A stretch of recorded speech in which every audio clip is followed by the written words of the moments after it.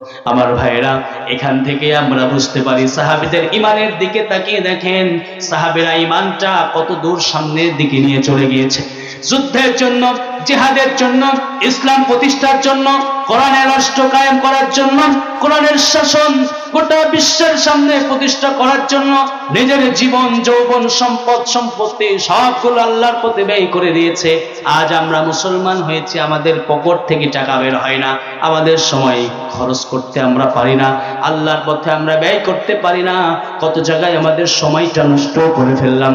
এই সময়ের হিসাবও কিন্তু আপনার কিয়ামতের দিন দিতে হবে। আল্লাহর নবীর সামনে সাহাবী দাঁড়িয়েছে, মনের মধ্যে তামান্না জিহাদের ময়দানে গিয়ে তার শরীরটা কাফেরদের সামনে শেষ করে দেবে, কাফেরদের বিরুদ্ধে যুদ্ধ করতে করতে তার জীবনটা চলে যাবে।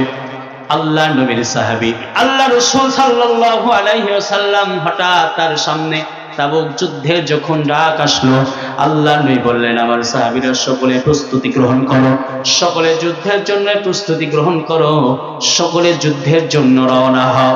সব সাহাবীগুলো তাদের সমস্ত তলোয়ারগুলো, অস্ত্রগুলো, ঘোড়াগুলো, যা ছিল যুদ্ধের ঢাল সবগুলো আল্লাহ রাসূলের সামনে নিয়ে আসলেন। তাবুক যুদ্ধে অসংখ্য সাহাবী যুদ্ধের ময়দানে উপস্থিত হয়েছিলেন। আল্লাহ নবী আব্দুল উজ্জাকে ডাক দিয়ে বললেন, আব্দুল্লাহ দুল বাজাদাইন, শোনো, আমার সামনে আসো। খেজুরের একটা বাকল এনে আব্দুল্লাহ দুল বাজাদাইনের হাতের মধ্যে বেঁধে দিলেন। হাতের মধ্যে বেঁধে দিয়ে আল্লাহর কাছে দোয়া করলেন, রব্বুল আলামিন, আমার আব্দুল্লাহ দুল বাজাদাইনের এই রক্তকে কাফেরদের জন্য তুমি হারাম করে দাও। আল্লাহ নবীর এই দোয়া শুনে আব্দুল্লাহ দুল বাজাদাইন বললেন, ইয়া রাসূলুল্লাহ, কি এমন দোয়া করলেন? এই দোয়া তো সঙ্গে সঙ্গে কবুল হয়ে যাবে। আল্লাহ নবী ডাক দিয়ে বললেন, সাহাবী, শুনে রাখো, ঈমান এনেছো তুমি, ঈমানের স্বাদ তুমি পেয়েছো, জীবনের বহু সময় তুমি ত্যাগ করেছো, তোমার মনের মধ্যে জিহাদের অনুপ্রেরণা ছিল, তোমার মনের মধ্যে যুদ্ধের অনুপ্রেরণা ছিল। তুমি সাহাবী যদি যুদ্ধের ময়দানে না যাও, অসুস্থ অবস্থাতে শরীরের মধ্যে যদি জ্বর এসেও তুমি মারা যাও, আমি রাসূল বললাম কিয়ামতের ময়দানে তুমি সাহাবী শহীদদের কাতারে তুমি দাঁড়িয়ে যাবে। নাহমাদুহু ওয়া নাস্তাঈনুহু ওয়া নাস্তাগফিরুহু ওয়া নু'মিনু বিহি ওয়া নাতাওয়াক্কালু আলাইহি ونعوذ بالله من شرور أنفسنا من يهده الله فلا مضل له ومن يضلل فلا هادي له ونشهد أن سيدنا ومولانا محمدا عبده ورسوله الذي أرسله بالحق بشيرا ونذيرا وداعيا إلى الله بإذنه وسراجا منيرا فقد قال الله تعالى في كلامه المجيد والفرقان الحميد أعوذ بالله من الشيطان الرجيم بسم الله الرحمن الرحيم إن الله وملائكته يصلون على النبي يا أيها الذين آمنوا صلوا عليه وسلموا تسليما اللهم صل على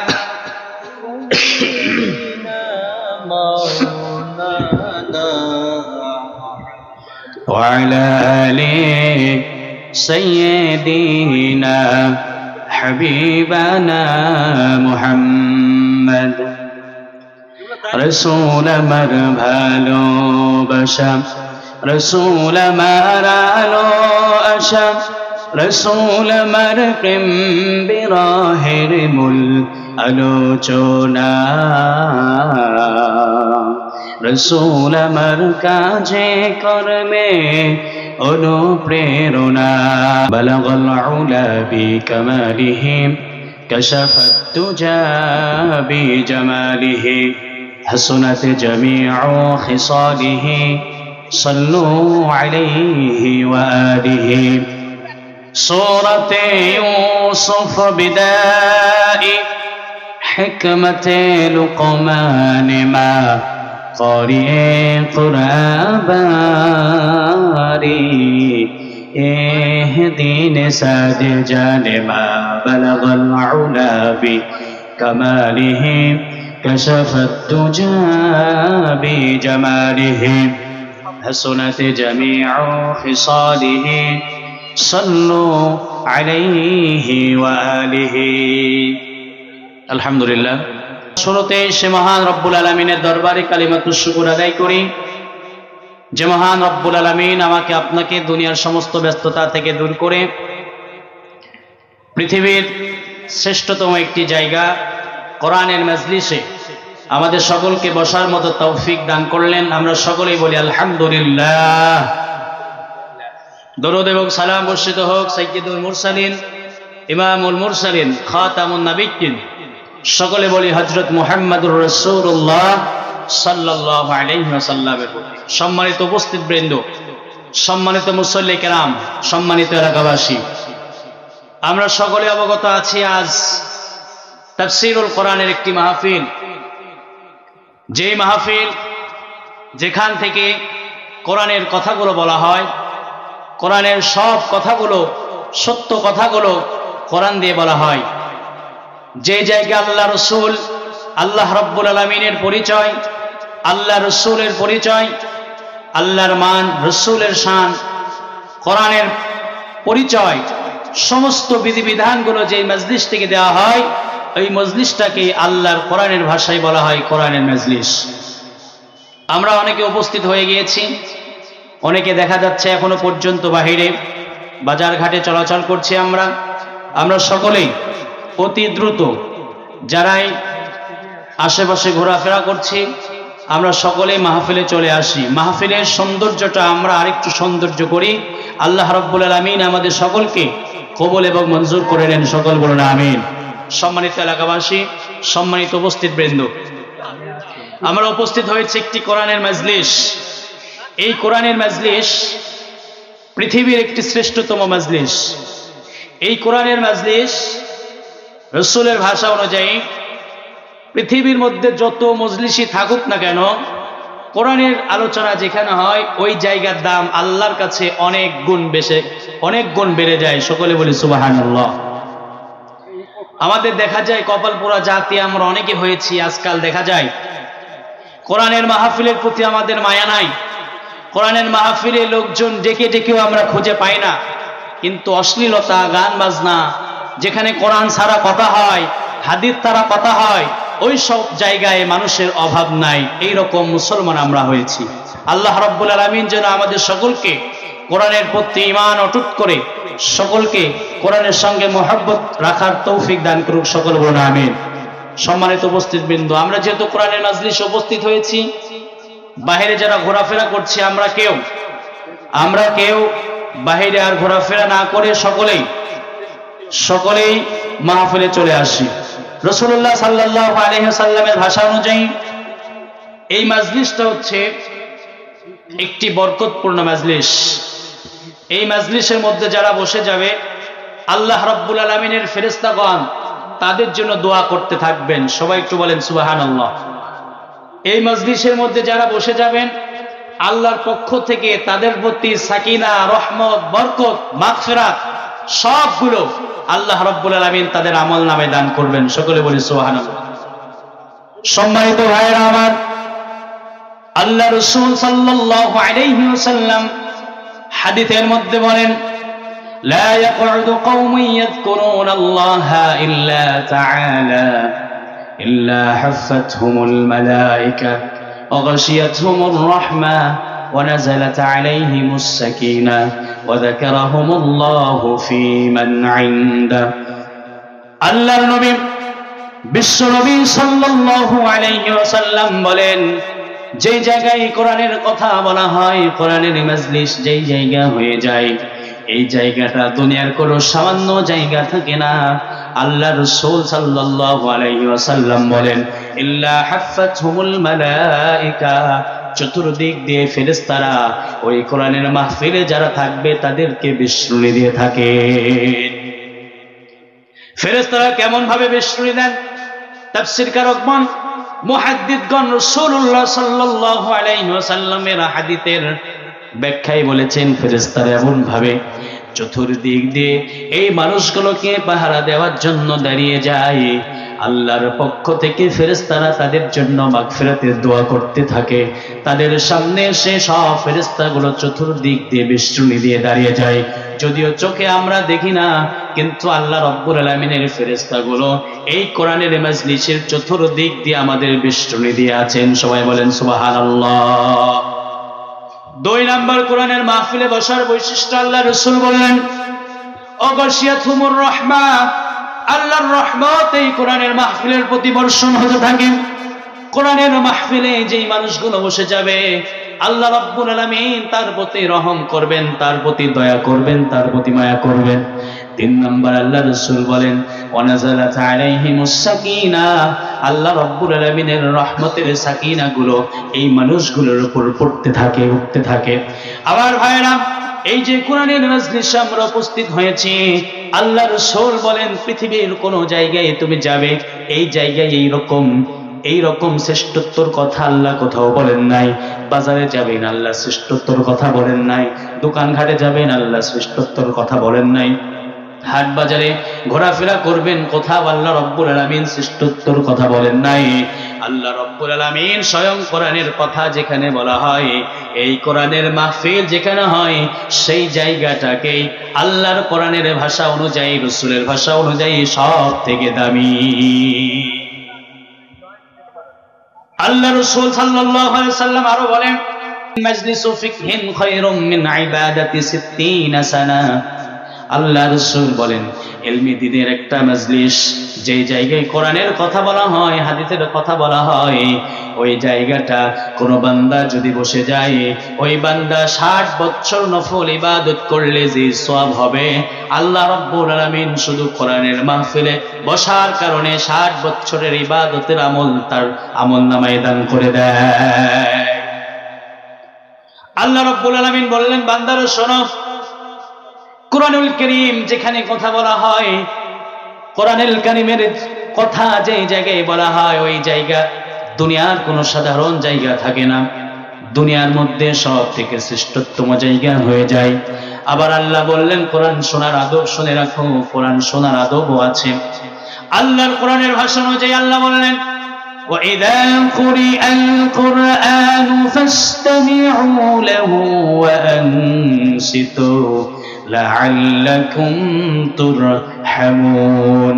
আল্লাহ রাব্বুল আলামিন বললেন, যে জায়গায় কোরআনের কথা বলা হয়, কোরআন দিয়ে মানুষকে বোঝানো হয়, কোরআনের সত্য কথা বলা হয়, ওই জায়গায় তোমরা সকলে চুপ করে বসে যাও এবং কোরআনুল কারীমটাকে সুন্দরভাবে তোমরা শ্রবণ করবে।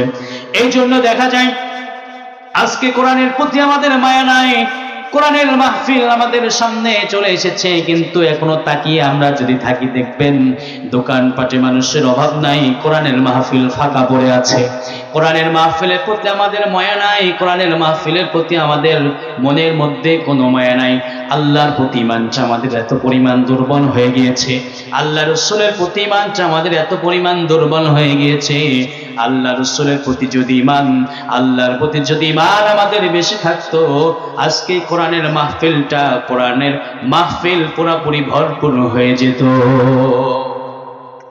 সম্মানিত ভাইরা আমার, আমরা মুসলমান হয়েছি, ঈমান এনেছি, এমন মুসলমান আমরা হয়েছি, আমাদের বাবা মুসলমান ছিল, দাদা মুসলমান ছিল, মা মুসলমান, আমরাও নামে মুসলমান হয়েছি।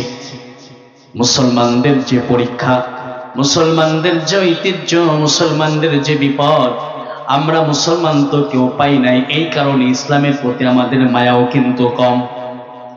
সাহাবায়ে কেরামদের দিকে তাকিয়ে দেখেন, সাহাবায়ে কেরামরা ইসলামের জন্য নিজের জানগুলো কুরবান করে দিয়েছেন, মালগুলো কুরবান করে দিয়েছেন, সম্পদগুলো ব্যয় করে দিয়েছেন ইসলামের জন্য।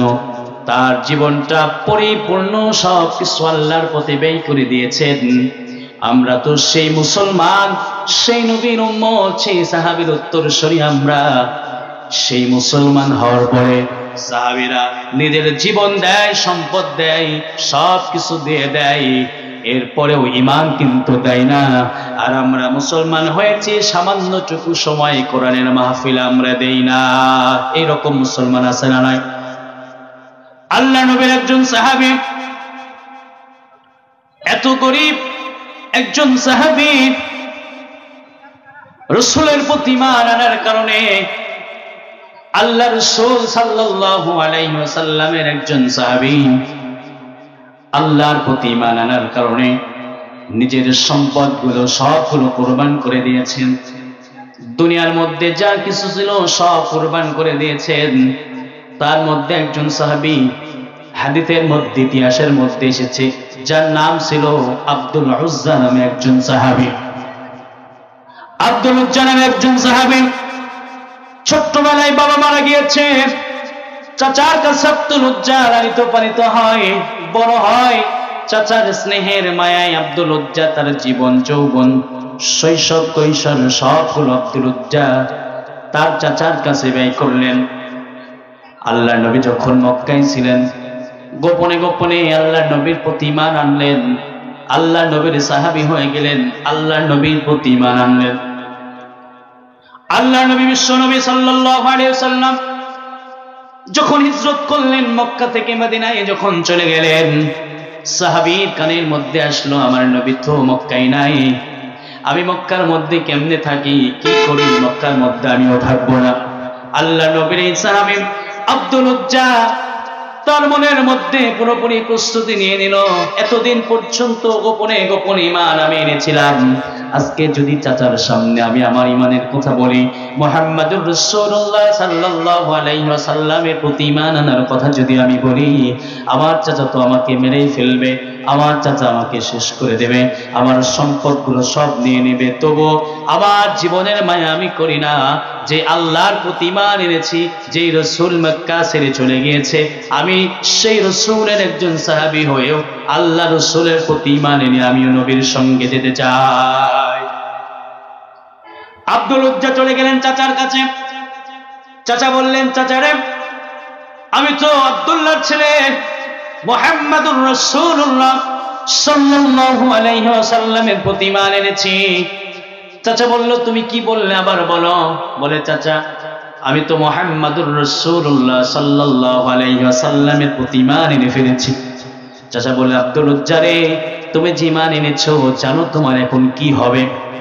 আব্দুল উজ্জা বলেন, চাচা যাই হোক না কেন, আমি জানি আমার জীবন চলে যাবে, আমার সম্পদগুলো সবগুলো চলে যাবে চাচা, আমি এরপরে ওই ঈমান ছাড়তে পারবো না, যে ঈমানটা আমি এনেছি ঈমান আমার কোনোদিন ছাড়বো না।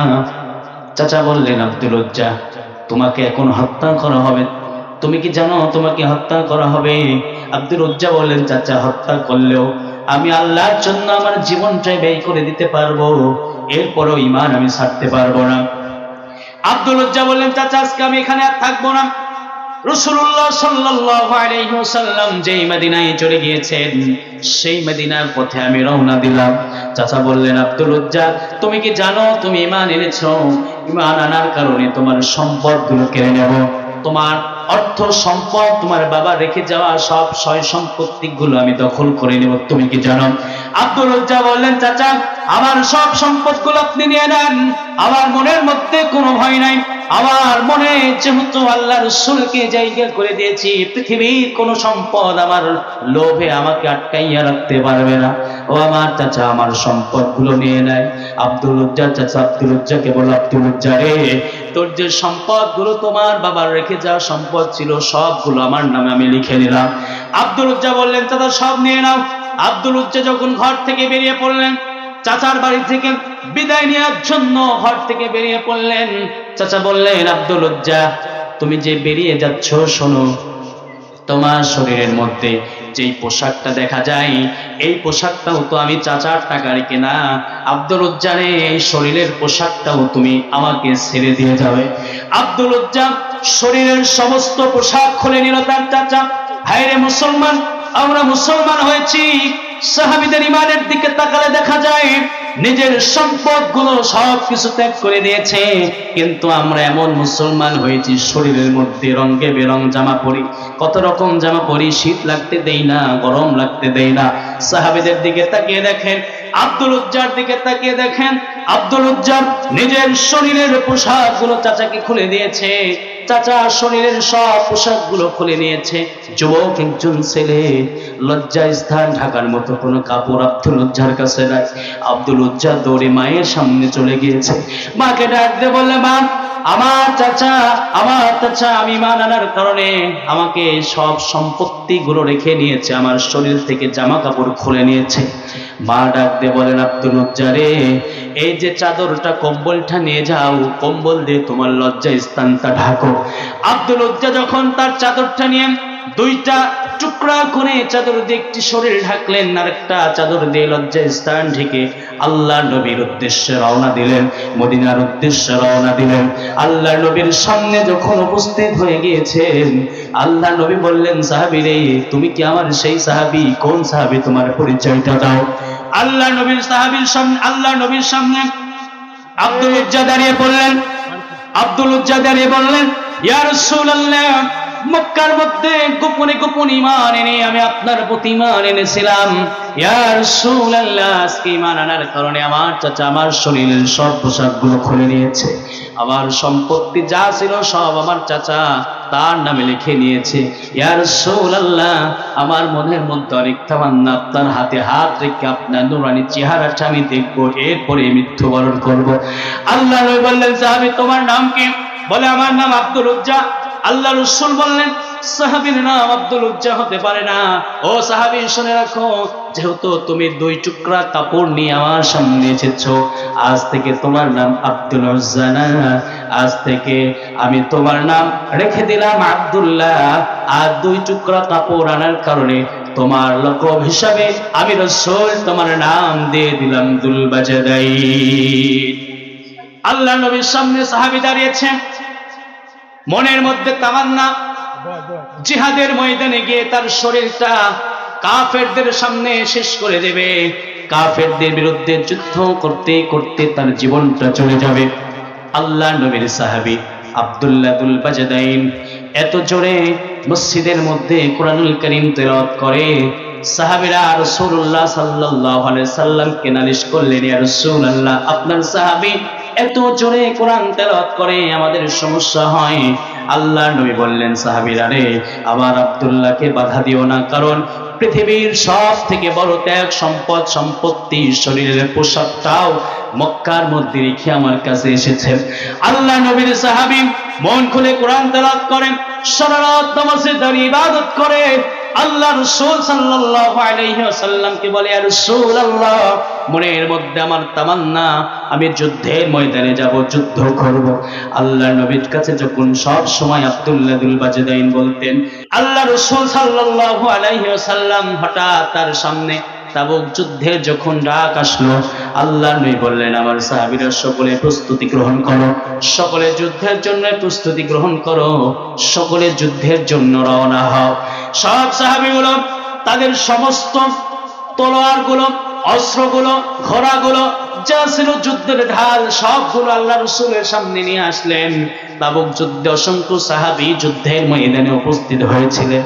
আল্লাহ নবী আব্দুল উজ্জাকে ডাক দিয়ে বললেন, আব্দুল্লাহ দুল বাজাদাইন, শোনো, আমার সামনে আসো। খেজুরের একটা বাকল এনে আব্দুল্লাহ দুল বাজাদাইনের হাতের মধ্যে বেঁধে দিলেন। হাতের মধ্যে বেঁধে দিয়ে আল্লাহর কাছে দোয়া করলেন, রব্বুল আলামিন, আমার আব্দুল্লাহ দুল বাজাদাইনের এই রক্তকে কাফেরদের জন্য তুমি হারাম করে দাও। আল্লাহ নবীর এই দোয়া শুনে আব্দুল্লাহ দুল বাজাদাইন বললেন, ইয়া রাসূলুল্লাহ, কি এমন দোয়া করলেন, এই দোয়া তো সঙ্গে সঙ্গে কবুল হয়ে যাবে। আল্লাহ নবী ডাক দিয়ে বললেন, সাহাবী, শুনে রাখো, ঈমান এনেছো তুমি, ঈমানের স্বাদ তুমি পেয়েছো, জীবনের বহু সময় তুমি ত্যাগ করেছো, তোমার মনের মধ্যে জিহাদের অনুপ্রেরণা ছিল, তোমার মনের মধ্যে যুদ্ধের অনুপ্রেরণা ছিল। তুমি সাহাবী যদি যুদ্ধের ময়দানে না যাও, অসুস্থ অবস্থাতে শরীরের মধ্যে যদি জ্বর এসেও তুমি মারা যাও, আমি রাসূল বললাম কিয়ামতের ময়দানে তুমি সাহাবী শহীদদের কাতারে তুমি দাঁড়িয়ে যাবে।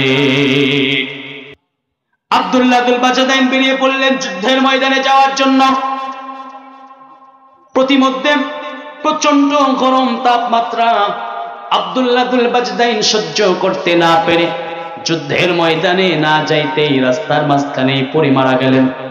আল্লাহর নবী আব্দুল্লাহ দুল বাজদাইনের লাশটা সামনে নিয়ে আসলেন। বেলাল রাদিয়াল্লাহু তাআলা আনহু তার লাশটা গোসল করালেন। আবু বকর ওমর রাদিয়াল্লাহু তাআলা আনহু কবরের পাশে দাঁড়িয়ে আছে। আল্লাহ রাসূল কবরের মধ্যে আব্দুল্লাহ দুল বাজদাইনের লাশটা নিয়ে নামলেন আর বললেন, রব্বুল আলামিন, আজকে সন্ধ্যা পর্যন্ত এই আব্দুল্লাহর প্রতি আমি খুশি ছিলাম, সন্ধ্যার পর থেকে আপনিও তার প্রতি খুশি হয়ে যান। সাহাবী আবু বকর ওমর দুজন সাহাবী ডাক দিয়ে বলেন, ইয়া রাসূলুল্লাহ, আজকে এই কবরের মধ্যে যদি আব্দুল্লাহ দুল বাজদাইন না হয়ে আমরা হতাম, কতই না আমাদের ভাগ্য হতো। আমার ভাইরা, এখান থেকে আমরা বুঝতে পারি সাহাবীদের ইমানের দিকে তাকিয়ে দেখেন, সাহাবীরা ইমানটা কত দূর সামনের দিকে নিয়ে চলে গিয়েছে। যুদ্ধের জন্য, জিহাদের জন্য, ইসলাম প্রতিষ্ঠার জন্য, কোরআনের রাষ্ট্র কায়েম করার জন্য, কোরআনের শাসন গোটা বিশ্বের সামনে প্রতিষ্ঠা করার জন্য নিজের জীবন, যৌবন, সম্পদ, সম্পত্তি সবগুলো আল্লাহর পথে ব্যয় করে দিয়েছে। আজ আমরা মুসলমান হয়েছি, আমাদের পকেট থেকে টাকা বের হয় না, আমাদের সময় খরচ করতে আমরা পারি না, আল্লাহর পথে আমরা ব্যয় করতে পারি না। কত জায়গায় আমাদের সময়টা নষ্ট করে ফেললাম। এই সময়ের হিসাবও কিন্তু আপনার কিয়ামতের দিন দিতে হবে। আজকে আমরা হেলায় খেলায় আমাদের সময়টা পার করলাম। এই হাত দিয়ে আমরা কত রকম অন্যায় করলাম, এই পা দিয়ে কত অশ্লীল পথের দিকে আমরা হাঁটাহাঁটি করলাম। একটিবার যদি চোখ বন্ধ করে যদি আপনি ভাবতে পারেন, ভাইরে, এই 50 বছর বয়স, 20 বছর বয়স, 30 বছর বয়স আমার হয়েছে, এই বয়সটার মধ্যে আমি কি ইবাদত করলাম, কতটুকু আমল করলাম। আল্লাহ রাব্বুল আলামিন যদি এখন আপনাকে মৃত্যু দেয়, আপনার চক্ষু দুটো যদি এখন বন্ধ হয়ে যায়, আপনি কিন্তু পৃথিবীর রং তামাশা করতে পারবেন না।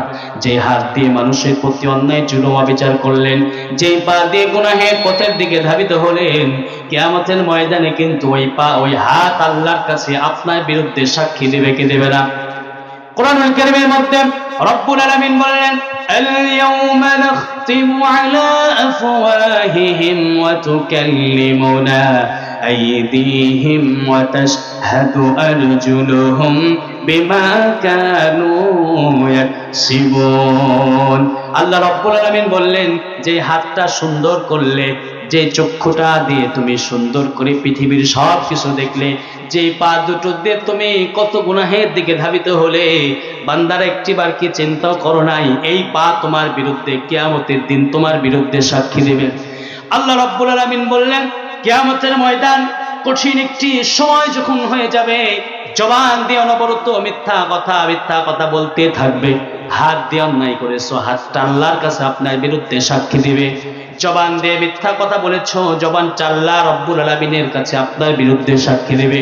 পা দিয়ে গুনাহের দিকে হেঁটেছেন, পা দিয়ে অশ্লীল পথে আপনি হেঁটেছেন, এই পা কিয়ামতের ময়দানে আপনার বিরুদ্ধে সাক্ষী দিবে। আর আপনি যদি কোরআনের পথে আসতে পারেন, কোরআনের কাছে যদি আপনি আসতে পারেন, আল্লাহর কোরআন বলেন, এই কোরআন যাদের অন্তরের সঙ্গে মিলাইয়া রাখবে, কিয়ামতের ময়দানে এই কোরআনও আপনাকে সুপারিশ করে জান্নাতে নিয়ে যাবে। এজন্য কোরআন আমাদের শিখার দরকার আছে না নাই? কোরআনের মাজলিসে আমাদের বসার দরকার আছে না নাই? ভালো ভালো কাজ আমাদের করার দরকার আছে না নাই? যেই কাজগুলো করলে আল্লাহ রাব্বুল আলামিন খুশি হন, ওই কাজগুলো করার দরকার আমাদের আছে না নাই? এই জীবনটা আপনি কত জায়গায় ব্যয় করলেন, যৌবনটা কত জায়গায় আপনি ব্যয় করলেন, দেখেন না? আল্লাহ রাব্বুল আলামিন যে দুনিয়াটা আমাদের দিলেন, হালকা ঝাঁকুনি দিলেই গোটা পৃথিবী নড়বড়ে হয়ে যায়, হয় কি হয় না? কিয়ামত যখন কায়েম হয়ে যাবে, আপনার কোনো বাহাদুরি থাকবে না, আপনার কোনো সম্পদ আপনার কাজে আসবে না, আপনার কোনো টাকা আপনার কাজে আসবে না, আপনার সন্তান আপনার কাজে আসবে না। আপনি যদি আমল ভালো করেন, কিয়ামতের ময়দানে আপনিও কিন্তু ওই ভালো মানুষের কাতারে পড়তে পারেন কি পারেন না? এর জন্য আমাদের ভালো মানুষের কাতারে দাঁড়ানোর দরকার আছে না নাই? সবাই বলেন আছে না নাই? আমরা যারা মানুষ হয়েছি আমাদের সকলকে তো আল্লাহ রাব্বুল আলামিন বিবেক দিয়েছেন, বুদ্ধি দিয়েছেন, সব কিছু দিয়েছেন। পৃথিবীর মধ্যে শ্রেষ্ঠতম জাতি হিসেবেও কিন্তু আল্লাহ রাব্বুল আলামিন আমাদের দিয়েছেন। দেখেন গরুর দিকে তাকিয়ে দেখেন, ছাগলের দিকে তাকিয়ে দেখেন, গৃহপালিত পশু পাখি, বনের হিংস্র জানোয়ার পশুর দিকে তাকিয়ে দেখেন, তাদের কিন্তু বুদ্ধিমাত্রা কিচ্ছু নাই। মানুষকে আল্লাহ কিন্তু দিয়েছেন। কেন দিয়েছেন? কারণ আল্লাহ রাব্বুল আলামিন বললেন, ওমা খালাকতুল জিন্না ওয়াল ইনসা ইল্লা লিয়াবুদুন। আপনি দুনিয়ার মধ্যে আল্লাহ রাব্বুল আলামিন আপনাকে প্রেরণ করলেন শুধুমাত্র কার ইবাদত করার জন্য? আরেকটু জোরে সবাই বলবেন, কার ইবাদত? এই দুনিয়ার মধ্যে আমরা এসেছি, দুনিয়াটা আমাদের সামনে এসেছে, দুনিয়াটা আমাদের কিছুই না। এই দুনিয়া থেকে আমাদের চিরবিদায় নিয়ে চলে যাইতে হবে। দুনিয়ার রং তামাশা আমাদের পাগল করে ফেলেছে। আলহাকুমুত তাকাতুর হাত্তা যুরতুমুল মাকাবির। দুনিয়ার সম্পদগুলো আমাদের পাগল করে ফেলেছে, দুনিয়ার লোভ লালসা আমাদের পাগল করে ফেলেছে, দুনিয়ার মোহে চাকচিক্য সব কিছু আমাদের পাগল করে ফেলেছে। আল্লাহ রাব্বুল আলামিন বললেন, বান্দার একটু কি ভাবো না, ওই দিন কিয়ামতের ময়দান যখন তুমি দাঁড়িয়ে পড়বে, দুনিয়ার কোনো চাকচিক্য মোহ তোমার সামনে আসবে না। ওই দিন রাজত্ব হবে আমি আল্লাহ। কঠিন মুসিবতের সময়, যেই সময়টা পিতা সন্তানের পরিচয় দিবে না, সন্তান মা বাবার পরিচয় দিবে না, ওই সময়টাও কিন্তু আমার আপনার সামনে আসবে। আজকের জীবনটা আমরা কোথায় ব্যয় করলাম? সন্তানের জন্য আমরা সময় ব্যয় করি কি করি না? নিজের সন্তান হয়েছে, সন্তানের জন্য আমরা সময় ব্যয় করি। আল্লাহ রাব্বুল আলামিন বললেন, দুনিয়ার মানুষরা শুনে রাখো, এই সন্তানগুলো কিয়ামতের ময়দানে তোমার বিরুদ্ধে আল্লাহ রাব্বুল আলামিনের কাছে সাক্ষী দিবে আর বলবে, আল্লাহ আমার বাবা মাকে আমার সামনে নিয়ে আসো। জাহান্নামে আমি কেন আসলাম? জাহান্নামে যাওয়ার কারণ আমার বাবা মা। অনেক জায়গায় অনেক সময় আমরা দেখি বাবা নামাজ পড়ে, সন্তান নামাজ পড়ে না, এই রকম পরিবার আছে না নাই? বাবা হাজী সাহেব হজ করে এসেছে, সন্তান মসজিদের দিকে ঘুরেও তাকায় না, এই রকম পরিবারও আমাদের সমাজের মধ্যে আছে। বাবা অর্থ সম্পদগুলো সঠিক পথে আয় করে, সঠিক পথে ব্যয় করে, সন্তান সুদের সঙ্গে জড়িত আছে না নাই? হায়রে, যে সন্তানের জন্য আপনি করলেন, এই সন্তানটাও কিয়ামতের ময়দানে আপনার বিরুদ্ধে কিন্তু সাক্ষী দেবে। আপনি দুনিয়ার মধ্যে যাই করেন না কেন, আপনার কিন্তু কিয়ামতের ময়দানে আল্লাহ রাব্বুল আলামিনের কাছে দাঁড়াইতে হবে। এই জন্য এই দাঁড়ানোর প্রস্তুতি নিয়ে আমাদের সকলের আল্লাহর পথে প্রস্তুতি গ্রহণ করার দরকার আছে না নাই? সকলে একটু জোরে বলেন, আছে না নাই? সম্মানিত ভাইরা আমার, যেহেতু আমরা কোরআনের মজলিসে উপস্থিত হয়েছি, কোরআন এমন একটি কিতাব, এই কোরআন পৃথিবীর সর্বশ্রেষ্ঠ কিতাব। এই কোরআনের থেকে শ্রেষ্ঠ কিতাব আর একটাও কি পৃথিবীর মধ্যে আছে বলেন? পৃথিবীর মধ্যে শ্রেষ্ঠ কোনো কিতাব নাই। মানুষের তৈরি যত কিতাব বলেন, আল্লাহ রাব্বুল আলামিন যত আসমানি কিতাব দিয়েছেন, সব থেকে শ্রেষ্ঠতম কিতাব হচ্ছে কোরআন। এই কোরআন যারাই জীবনের সঙ্গে মিলিয়ে নিতে পারবে, আল্লাহ রাব্বুল আলামিন বললেন তার জীবনটা সব থেকে সুন্দর হয়ে যাবে। এই কোরআন এমন একটি কোরআন, এই কোরআন এমন একটি কিতাব, যেই কিতাবটা পৃথিবীর এক অনন্য, একটা সৌন্দর্যময় একটি কিতাব। এই কোরআনের মধ্যে আপনি যাই খুঁজবেন তাই পাবেন। এই কোরআন সব পথের দিশা দিতে পারে কি পারে না? সবাই বলেন।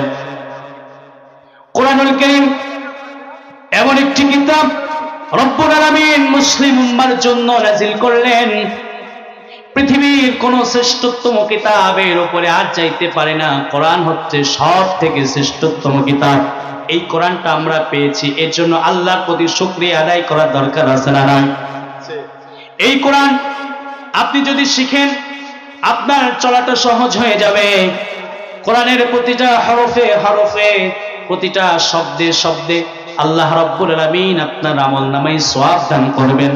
আপনি যদি একটা হরফ উচ্চারণ করেন, একটা হরফ যদি আপনি পড়েন, আল্লাহ রাব্বুল আলামিন আপনার আমলনামায় 10টা নেকি দান করে দেবেন। বলেন তো, পৃথিবীর অন্য কোনো কিতাব পড়লে কি কোনো নেকি আছে? কোনো নেকি নাই।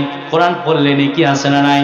কোরআন যদি আপনি পড়েন, এই কোরআন শিক্ষার কারণে, কোরআন পড়ার কারণে কিয়ামতের ময়দান আপনি যদি কোরআনটা যদি সঠিকভাবে পড়তে পারেন, জানতে পারেন, মানতে পারেন, এই কোরআনের অনুযায়ী যদি আপনার জীবনটা চালাইতে পারেন, কিয়ামতের ময়দানে আপনি বিনা হিসাবে জান্নাতি হবেন এবং জাহান্নামে যাওয়া এমন 10 জন ব্যক্তিকেও আপনি জান্নাতে নিয়ে যেতে পারবে। সুবহানাল্লাহ বলেন সবাই। এজন্য কোরআনের মাজলিসে আমাদের সকলে আসা দরকার আছে না নাই? সবাই বলেন দরকার আছে না নাই? এখনো যারা আমরা বাইরে চলাফেরা করছি, ঘোরাঘুরি করছি, আজকে রাতটা চলে গেলে কালকে রাত কি আর এমন একটি বরকতময় রাত আসবে আমাদের সামনে? আর আসবে না। এই জায়গাটা কালকে যে মাদ্রাসার মাঠ গতকালকে যেমন ছিল, আগামীকাল যখন আসবে তখনও এইরকম ঠিক হয়ে যাবে। কিন্তু এই বরকত, এই যে আল্লাহর সাকিনা, ফেরেশতারা চতুর্দিক দিয়ে বেষ্টনী দিয়েছে, আমরা তো দেখি না, কিন্তু রাসূলের ভাষা অনুযায়ী ইল্লা হাফফাতহুমুল মালায়েকা, চতুর্দিক দিয়ে ফেরেশতারা বেষ্টনী দিয়ে আছে, আমরা তো দেখতে পাই না। আপনি যদি এই মাজলিসে এখন বসে যান, দোকানপাটে আপনি যাচ্ছেন, আড্ডা দিচ্ছেন, ঘোরাফেরা করছেন, আপনার কি কোনো আমল সওয়াব হচ্ছে? কারো কোনো সওয়াব হচ্ছে না। এজন্য আমরা সকলেই যত দ্রুত পারবো মাহফিল প্যান্ডেল চলে আসবো। আল্লাহ রাব্বুল আলামিন যেন আমাদের সকলকে এই মাহফিল থেকে আমাদের জীবনটাকে পরিবর্তন করার তৌফিক দান করুন। সকল বলুন আমিন।